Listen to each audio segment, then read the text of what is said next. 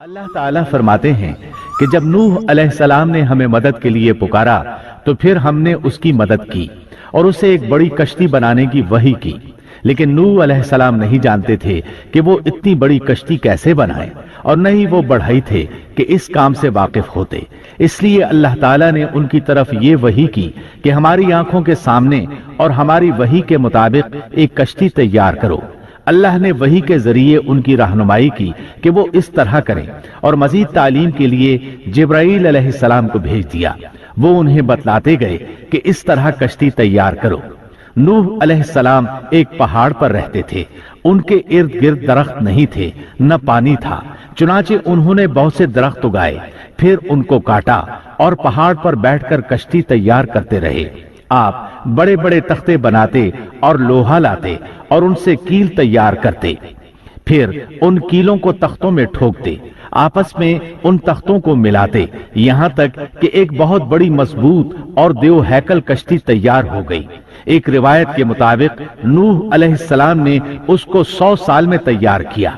یہ تھی وہ کشتی جسے نوح علیہ السلام نے اللہ کی ہدایت کے مطابق تیار کیا تھا۔ سورۃ القمر آیت 13 میں ارشاد ہوتا ہے، اور ہم نے نوح کو اس کشتی میں سوار کیا جو تختوں اور کیلوں سے بنی ہوئی تھی۔ نوح علیہ السلام نے دعوت کا کام چھوڑ دیا اور کشتی بنانے لگے۔ وہ لوگ جب انہیں کشتی بناتے دیکھتے تو ان کا مذاق اڑاتے، کہتے، نوح پہلے تو نبی تھا، اب بڑھئی بن گیا۔ مزید کہتے، یہ کیسا مجنون ہے کہ پہاڑ پر کشتی بنا رہا ہے۔ تعجب ہے اس پر۔ اللہ نے ان کافروں کے مذاق کا ذکر سورہ ہود آیات 38 اور 39 میں کیا ہے۔ نوح کشتی بنانے لگے، اس کی قوم کی جو جماعت اس کے پاس سے گزرتی وہ اس کا مذاق اڑاتی۔ وہ کہتے، اگر تم ہمارا مذاق اڑاتے ہو تو ہم بھی تم پر ایک دن ہنسیں گے جیسے تم مسخرہ پن کر رہے ہو۔ تمہیں بہت جلد معلوم ہو جائے گا کہ کس پر عذاب آتا ہے، جو اسے رسوا کرے اور اس پر ہمیشہ کا عذاب اتر آئے۔ اس کشتی کا حلیہ ابن عباس رضی اللہ عنہما سے ایک روایت میں یوں آیا ہے۔ وہ بیان کرتے ہیں کہ نوح علیہ السلام نے پہاڑ پر ایک کشتی تیار کی اور اسے تارکول سے لت پت کیا۔ اسی وقت سے تارکول کا ظہور ہوا۔ اس کشتی کا طول 300 گز، اونچائی 30 گز اور عرض 50 گز تھا۔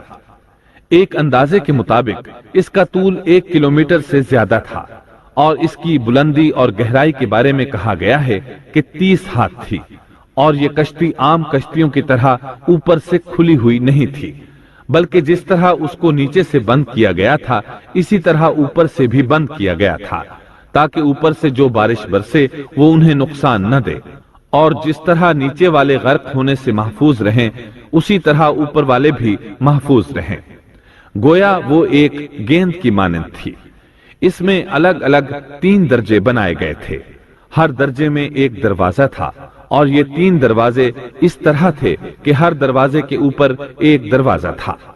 یہ اس کشتی کا حلیہ تھا جس کے راوی ابن عباس رضی اللہ عنہما ہیں۔ یہ کشتی آج بھی موجود ہے۔ اللہ تعالیٰ نے اس کشتی کو بطور عبرت اور نشانی کے باقی رکھا ہے، جیسا کہ اللہ تعالیٰ فرماتے ہیں، اور بے شک ہم نے اس واقعے کو نشانی بنا کر باقی رکھا، پس ہے کوئی نصیحت حاصل کرنے والا۔ اس صدی میں علماء کے ایک گروہ نے اس کشتی کو ترکی کے ایک پہاڑ پر پا لیا ہے۔ اب وہ 2 ٹکڑوں میں تقسیم ہو چکی ہے۔ اس کا حلیہ وہی تھا جو بیان ہوا۔ اللہ کا فرمان سچا ثابت ہو گیا کہ ہم نے اس کو نشانی بنا کر باقی رکھا ہے۔